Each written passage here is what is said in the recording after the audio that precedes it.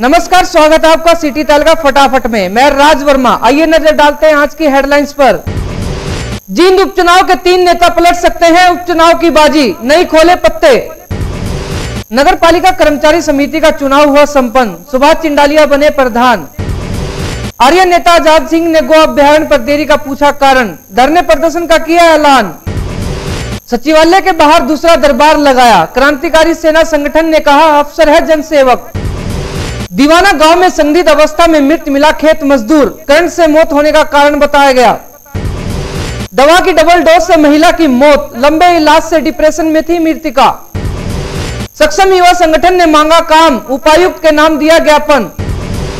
ऋषि colony की जनता ने थाने में किया रोष व्यक्त, लोहड़ी की रात हुई थी बड़ी चोरी। अनाज मंडी में हुई चोरी से आड़तियों में रोष, चोर डीवीआर भी उठाकर ले गए। मुल्तान भवन में सैनिक सम्मान समारोह हुआ आयोजित, जनरल टीपी वत्स रहे मुख्य अतिथि। पानीपत उपायुक्त ने पत्रकारों से की विचार साझा, लोहड़ी और मकर संक्रांति की दी बधाई। सिटी तालका फटाफट में आइए नजर डालते हैं खबरें विस्तार से।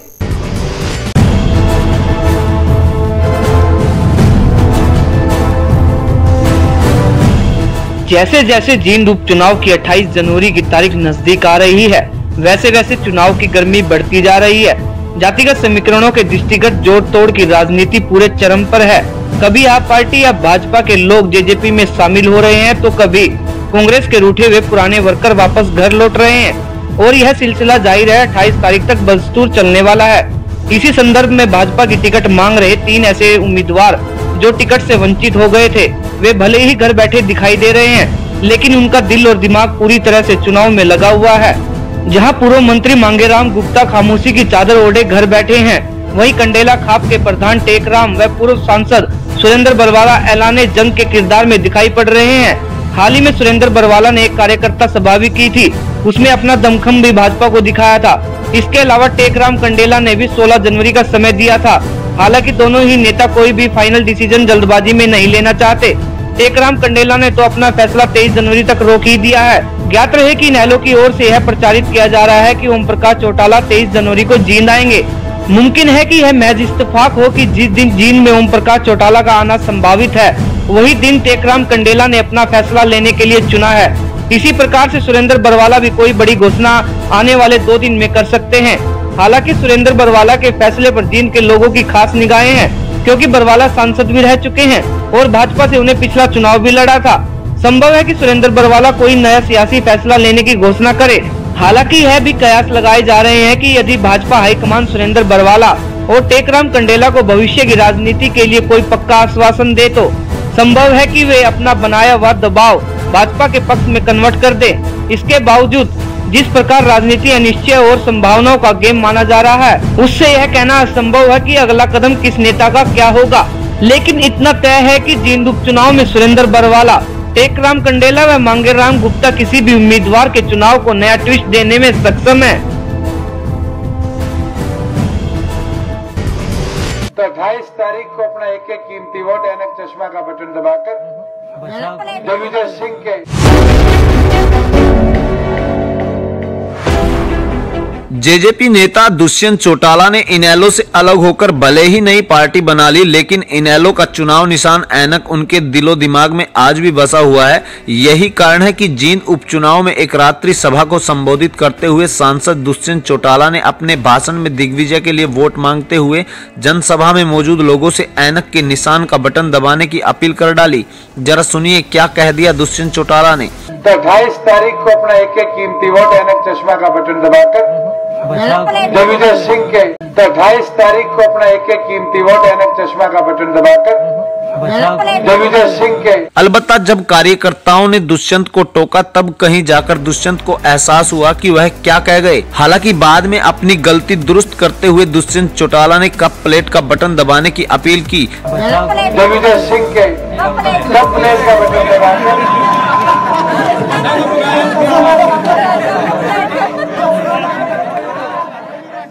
लेकिन तब तक तीर तो कमान से निकल चुका था।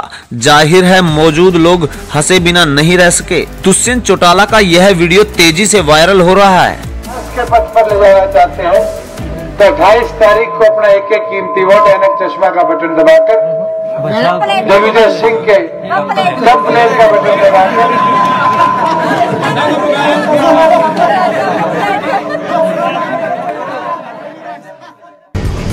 बुधवार को नगर पालिका भवन में नगर निगम कर्मचारी कल्याण समिति के चुनाव संपन्न हुए, जिसमें सुभाष चंडालिया दोबारा से प्रधान चुन लिए गए।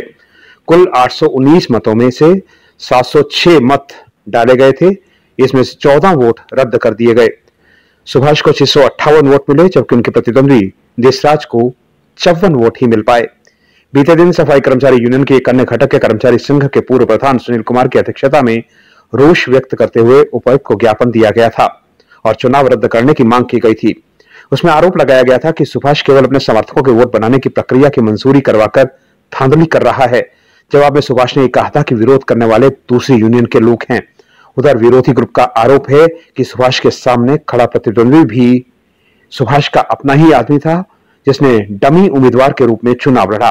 बहरहाल सुभाष ने भारी मतों से जीत हासिल कर एक बार इन सभी विवादों पर विराम लगा दिया है।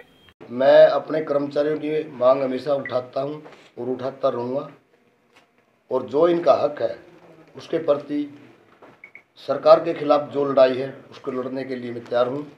और इलेक्शन हमारा कोई ये राजनीतिक इलेक्शन नहीं था। इस इलेक्शन से हमें कोई ग्रांट वगैरह नहीं मिलते।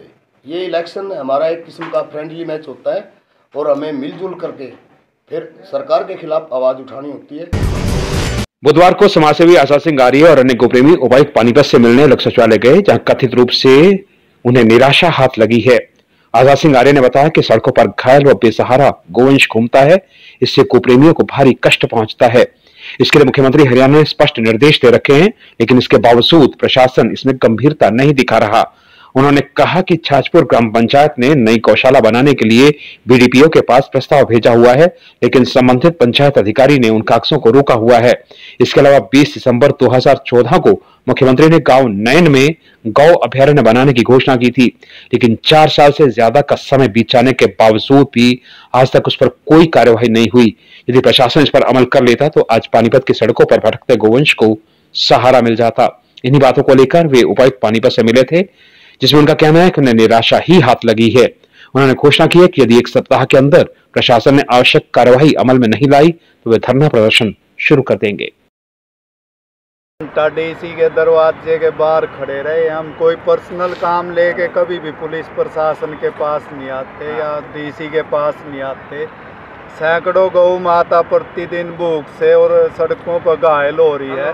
जब बीजेपी सरकार आई 4 वर्ष पहले वादा किया था, 4 नहीं 5 वर्ष होने वाले हैं भाई, कोई भी बेसहारा गौ माता हम सड़कों पर नहीं छोड़ देंगे। नैन के अंदर गौ अभयारण्य बनाएंगे। गांव वालों ने लगभग 60 एकड़ ज़मीन भी दे दी। तो बड़े शर्म की बात है, ये तीसरी डीसी है पानीपत के अंदर। जो भी डीसी आता है 6 महीने में पूरा कर देंगे जी। 8 में ये डीसी आई थी, पहले इसने 30 जून तक का टाइम दिया, फिर 30 सितंबर तक का टाइम दिया, अब 26 जनवरी तक का टाइम दिया। भारतीय क्रांतिकारी सेना ने बुधवार को पानीपत सचिवालय के बाहर 11 बजे से 1 बजे तक एक दूसरा सेवा दरबार लगाया। राष्ट्रीय अध्यक्ष दिलबाग सिंह ने बताया कि इसमें लोगों की समस्याओं को सुना गया। सरकारी कर्मचारियों से संबंधित अगर कोई भी काम ना हो रहा हो, बार बार चक्कर काटने पड़ते हो, परेशान कर रहे हो या फिर काम के बदले में रिश्वत मांगी जाती हो तो उनसे संपर्क किया जा सकता है। साथ ही कई बार कर्मचारी भी बड़े अधिकारियों के द्वारा प्रताड़ित होते हैं, तो उनके यहाँ ऐसी ही समस्याओं का निवारण किया जाता है। दिलबाग ने कहा कि वे इस माध्यम से जन जागरण अभियान भी चला रहे हैं। उनका कहना है कि अधिकारी दरअसल जनता के सेवक हैं, इसलिए अधिकारियों के सामने अपनी बात रखते हुए कभी भी संकोच ना करें और अपने काम उनसे निधड़क करवाएं। दफ्तरों के सब जानते हैं कि कैसे चक्कर कटवाए जाते हैं। छोटी छोटी समस्याओं के लिए भी चक्कर काटना पड़ता है, तो और बहुतों को पता ही नहीं लगता है कि हमारी समस्या दूर कैसे होगी। तो भारतीय क्रांतिकारी सेना के सदस्य जो हैं आम तौर पर दफ्तरों में जाते हैं तो वहाँ पर हालात देखते हैं। तो उन हालातों को देखते हुए तो हमने ये खुला दरबार जो लगाया है, ये निःशुल्क इसलिए लगाया कि लोग आएँ, जो समस्या है तो उसको हम सरकारी जो अधिकारी हैं या सरकारी कर्मचारी हैं जिनकी हमारे पास डीसी ऑफिस से हमने सारे अधिकारियों की और कर्मचारियों की मोबाइल नंबर लिस्ट हमने ले रखी है, तो तो हम यहीं से बैठे बैठे ही उनकी समस्याओं का समाधान अधिकारियों से करके बात करके उनका हल करवाने की पूरी कोशिश करते हैं। बुधवार को गांव दीवाना में 55 साल के जय भगवान नाम के एक खेत मजदूर की संदिग्ध मौत का समाचार मिला है। मृतक रोहतास कादियान के खेत में काम करता था। पता चला है कि मंगलवार देर शाम खेत में काम करने के दौरान उसे बिजली का करंट लग गया था, जिससे उसकी मौत हो गई। सूचना पुलिस को दे दी गई। पुलिस ने शव का पोस्टमार्टम करवाकर परिजनों को सौंप दिया और कार्यवाही शुरू कर दी है। जय भगवान सनोप स्वरूप गांव दीवाना का निवासी है। बिजली का करंट लगने से डेथ हो गई इसकी, और ये खेती बाड़ी करता था तनख्वाह पर रोहतास सनोप श्री कादियान के घर पर, और वहाँ पर खेत में पानी चला रहा था, वहाँ बिजली का करंट लगने से डेथ हो गई इसकी। सवेरे पता चला हम लोगों को। सेक्टर 11 निवासी 47 साल की पूजा ने कथित तौर पर दवाई की डबल डोज ले ली, जिससे उसकी मौत हो गई। चौकी के एसआई विजेंद्र सिंह के अनुसार पूजा के भाई लक्ष्मीकांत ने बयान दिया है कि उसकी बहन पिछले कई दिनों से बीमार चल रही थी और इसी के चलते वो परेशान भी थी। बीते मंगलवार उसने गलती से दवाई की डबल डोज ले ली और इसी के चलते उसकी तबीयत बिगड़ गई। उसे पानीपत के एक निजी अस्पताल में दाखिल करवाया गया, जहां इलाज के दौरान उसकी मौत हो गई। पुलिस ने 174 के तहत कार्रवाई करते हुए शव का पोस्टमार्टम करवाकर परिजनों को सौंप दिया। राजेंद्र वासी सेक्टर 11-12 कुड्डा पानीपत ने कोई जहरीला पदार्थ खा लिया है, प्रेम हॉस्पिटल में एडमिट है। उसकी दौरान इलाज मौत होगी। इसका पोस्टमार्टम करवा के नाश को वर्षण के हवाले कर दिए और इत्फाकिया कार्रवाई कर दी। कारण क्या रहा था, क्यों खाया? कारण इसके बारे में कोई पता नहीं चल रहा। कोई बीमार चल रही थी वह काफ़ी दिन से, शुगर से और बीपी से, डायबिटीज से, 2-3 बीमारी थी इसकी, इनसे परेशान होते हैं। सक्षम युवा संगठन ने पानीपत के लोक सचिवालय में भाजपा सरकार के खिलाफ जमकर नारेबाजी करते हुए डीसी पानीपत के नाम तहसीलदार को मांग पत्र दिया। इस मांग पत्र के माध्यम से सक्षम योजना में काम न देने का आरोप लगाया गया है। साथ ही कई और आरोप भी लगाए गए हैं, जिसमें मानदेय भत्ता समय पर न मिलना, अधिकारियों द्वारा मनमानी ढंग से काम करवाना, काम दिलवाने की एवज में रिश्वत मांगना, इस तरह के आरोप भी इन सक्षम युवाओं ने लगाए हैं।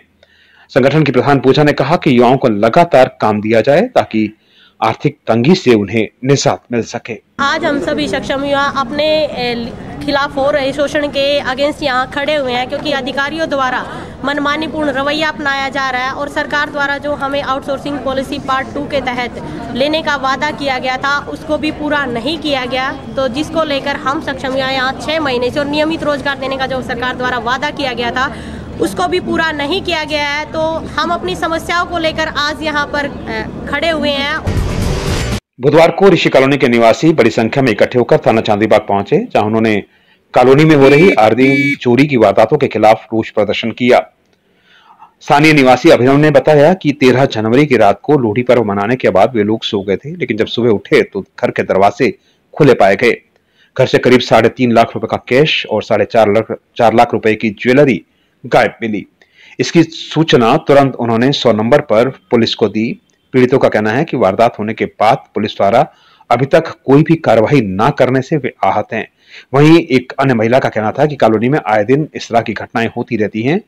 वहीं police sub inspector Jasbir Singh ने कहा कि मामले की जांच की जा रही है और जल्द ही खुलासा कर दिया जाएगा। 7 जनवरी की रात्रि में यहाँ ऋषि कॉलोनी में कोई चोरी की हुई थी। उसकी सूचना मिलते ही पुलिस मौके पर गई थी और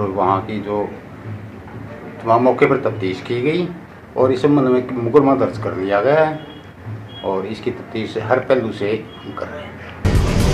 मंगलवार की रात को चोरों द्वारा अनाज मंडी की एक दुकान को अपना निशाना बनाया गया। गौरतलब है कि विकास गर्ग नाम के एक कार्ती ने मंगलवार की रात 7 बजे के करीब अपनी दुकान को बंद किया था और घर चला गया था, लेकिन बुधवार सुबह जब वो सफाई के लिए दुकान पर आया तो देखा कि दुकान के ताले टूटे हुए हैं। इसे देखकर वो हक्का बक्का रह गया। घटना की जानकारी तुरंत 100 नंबर पर फोन कर पुलिस को दी गई। पुलिस द्वारा घटनास्थल का मुआयना कर एफएसएल टीम को बुलाने की बात कही गई। वहीं वहां पर आरटीओ ने अपना रोष व्यक्त करते हुए कहा कि मंडी में आए दिन चोरी होना एक अहम बात हो गई है, जिससे वे काफी ज्यादा परेशान हैं। उधर इस तरह की घटनाओं के विषय में डीएसपी हेडक्वार्टर सतीश वत्स का कहना है कि पुलिस द्वारा जल्द ही आरोपियों को पकड़ लिया जाएगा और जनता को किसी भी प्रकार से परेशान नहीं होने दिया जाएगा। काम कर रही हैं, अलग से भी टीमें लगाई हैं हमने। एक राइडर्स को जो पीसीआर है हमारे, उनका एक स्पेशल प्लान भी बनाया है, वो भी आज या कल में से लागू हो जाएगा। तो हम सीरियस हैं और इस विषय में हमारी सारी टीमें काम कर रही हैं। पानीपत के मॉडल टाउन में मुल्तान भवन के सभागार में प्रदेश स्तरीय पूर्व सैनिक सम्मान समारोह का आयोजन हुआ। कार्यक्रम के मुख्य अतिथि राज्यसभा सदस्य जनरल टीपी वत्स रहे। वहीं कर्नल एसके ओबेरॉय भी इस अवसर पर मौजूद रहे। कार्यक्रम में पानीपत, करनाल, कैथल, यमुनानगर और सोनीपत से आए शहीदों के परिवारों को शाल ओढ़ाकर सम्मानित किया गया। इसमें ऐसा है कि उसकी लिस्ट बनी हुई है, जितने भी शहीद परिवार आए हैं उसमें कुछ परिवार ज़्यादा एज की वजह से नहीं आ सके हैं, उनके हम घर में भेजेंगे, उनके जो जिला संयोजक है जिले के। तो उसकी तो मैं जानकारी आपको पूरी नहीं दे पाऊंगा कितने आए, लेकिन अंदर बैठे हुए हैं, जिसको भी सम्मानित करेंगे आपको उसके बारे में बता दिया जाएगा। इसके अलावा हमने जो हमारी केंद्र सरकार ने और जो राज्य सरकार ने कल्याण के जो काम किए हैं पूर्व सैनिकों के लिए, उसके बारे में पूरी जानकारी इनको दी जाएगी और इनसे निवेदन किया जाएगा उन जितने भी हमारी योजनाएं हैं उनका घर घर तक वो पहुंचाएं। बुधवार को पानीपत के स्काईलार्क टूरिस्ट कॉम्प्लेक्स में जिला प्रशासन की ओर से एक कार्यक्रम का आयोजन हुआ, जिसमें उपायुक्त पानीपत ने स्वच्छता सर्वेक्षण में सभी नागरिकों को सकारात्मक भागीदारी के लिए उनका धन्यवाद अदा किया। उन्होंने कहा कि नववर्ष में मकर संक्रांति को हम सब बड़े सौहार्द से मनाते हैं और इस वर्ष भी काफी अच्छे ढंग से इसे मनाया गया है। भविष्य में भी सभी त्योहारों को प्रेम पूर्वक मनाएं। उन्होंने मीडिया कर्मियों को नववर्ष की और मकर संक्रांति व लोहड़ी पर्व की बधाई भी दी। साथ ही प्रशासन की ओर से एक भोज का आयोजन भी किया गया था। पानीपत के विकास के लिए उन्होंने पत्रकारों से विचार भी साझा किए। सबका मीडिया जिस तरह से एक परिवार के रूप में पानीपत के हितार्थ, चाहे वो शासन है, प्रशासन है, मीडिया है, सब एकजुट होकर के पानीपत के बारे में विचार साझा करते हैं। सिटी तलका फटाफट में आज के लिए इतना ही। कल फिर मिलेंगे, तब तक के लिए नमस्कार। Subscribe now, then press bell icon. Never miss an update.